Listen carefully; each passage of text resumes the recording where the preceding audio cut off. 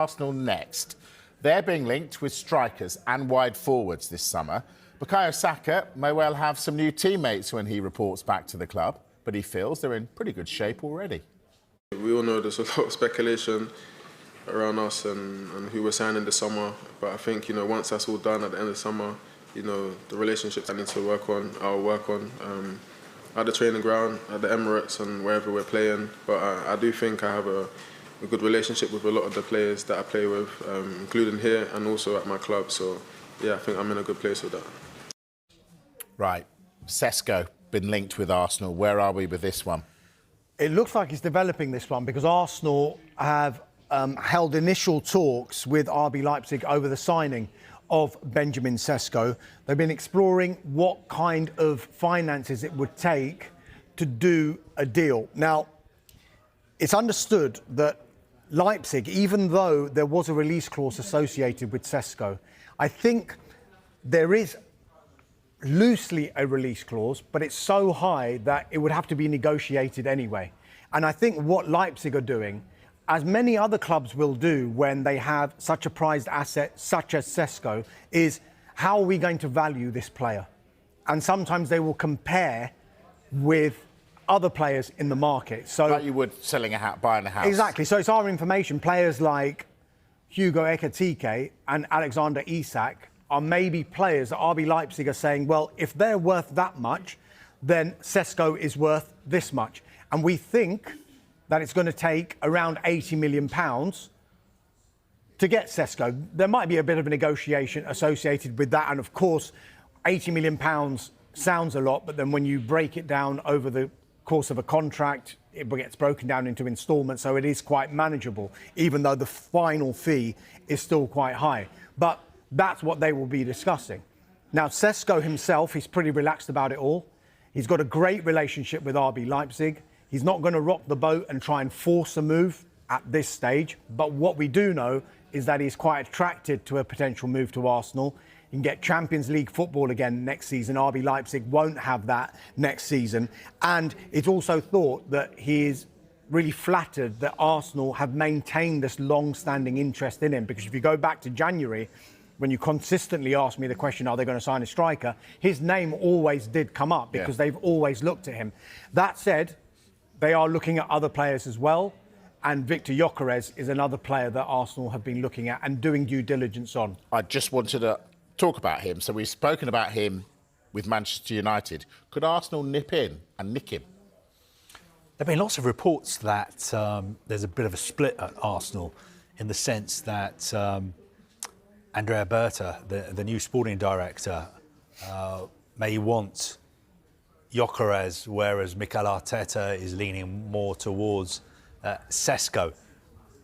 I haven't seen with my own eyes a great deal of both of the players, but I think they're different types of strikers, and Gyökeres is just a goal machine. I mean, his record at Sporting is incredible. And in every big game, he scores goals. Right. Title decider, he scores. Look at Cup these. final, he scores. Look at these stats, right? Now, we've been asking, window after window, are Arsenal going to sign a striker? And they've consistently said, we are waiting. We're not going to just buy anybody. We're going to wait for the right person. Look at those stats. Is Benjamin Sesko the right person for Arsenal? Explain. I mean, look, if you've got to compare the leagues they're playing in as well. Gyökeres, no doubt about it. I mean, that is a phenomenal record. 66 games and 68 goals with 17 assists compared to 64 games, 27 goals and 7 assists for Šeško.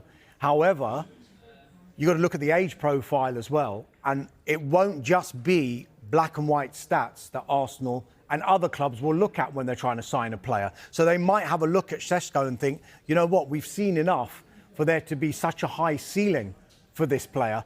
Gyökeres, of course, it's clear that he is, as Carve said, is a goal machine, and you might be buying the ready-made, finished article if you were to sign him. Don't Arsenal need that, though? But you could also argue he has never played in the Premier League. He's played in the Championship for Coventry, where he was brilliant, and then he's played in the Portuguese league. So Šeško has gone to the Bundesliga. widely renowned as one of European football's top 5 leagues. So they might take that into account as well. But Arsenal might see his ceiling as being a lot higher than maybe Gyökeres, simply because, one, of how he's playing, but also because of his age profile as well. Yeah, I get that. Is there the possibility, though, Carve, that Arsenal might go for the younger man whose stats are clearly a lot worse than Gyökeres's and end up like Man United did by buying a striker on potential and not being the finished article? I mean, first of all, I'm not a great fan of stats. I think our stats man's gutted now. Glad we put that worked one hard up. on that. Glad we put that one up for you to think. I think one stat that's really important is age. Sesko's obviously 5 years younger, I think, so would have more of a resale value. But you need to look in depth at how Sporting play and how Leipzig play. Sporting are the best team in Portugal. I imagine the way they play, they dominate the ball in a lot of games. They have excellent creative players whose job is simply to create chances for Gyökeres. And Gyökeres is a fantastic finisher, and that's why playing in the best team in Sporting, he's scoring so many goals. Leipzig are not the best team in Germany, and they may not be set up just to create chances for Sesko. His role in that team might be totally different to Gyökeres' role at Sporting.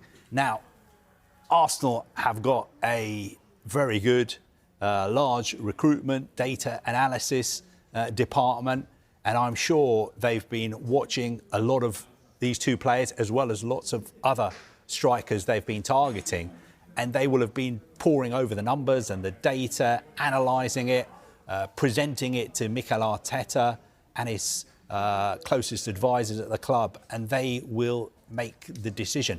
I don't think you can just go by that graphic or that stat and say that proves that Gyökeres is better than Sesko. I think there's more to it than that. It's difficult to compare. With all due respect to the people who create stats, because they do a fantastic job. Too late now.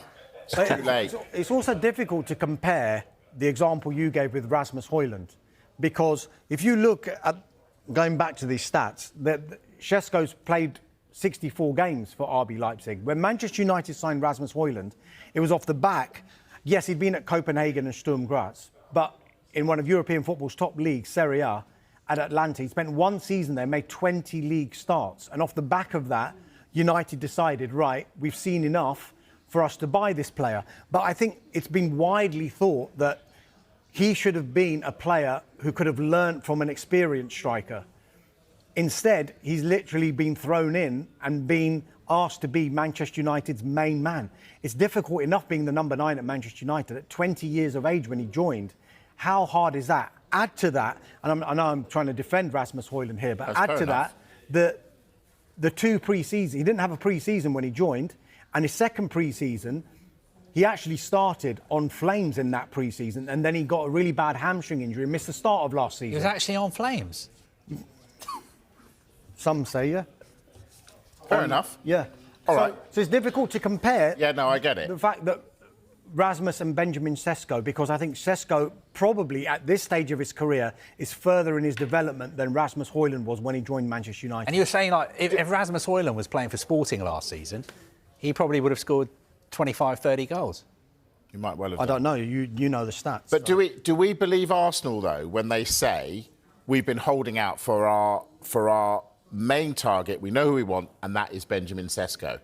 Did they really hold out for Benjamin Sesko, looking at those stats? We said, didn't we, in January, that they were trying to do a deal for Sesko, but at that time, it was difficult because Leipzig was still going quite well involved in a number of competitions, and they were trying to get into the Champions League for next season. They probably thought we've got more of a chance if Benjamin Sesko's at the club.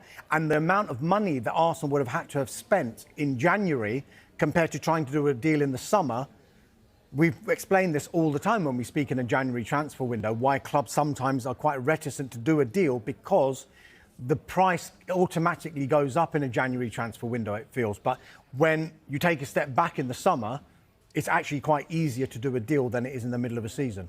Tell us about Rodrigo. Could Arsenal get that deal done? They're interested in him. Could he be the odd man out at Real Madrid?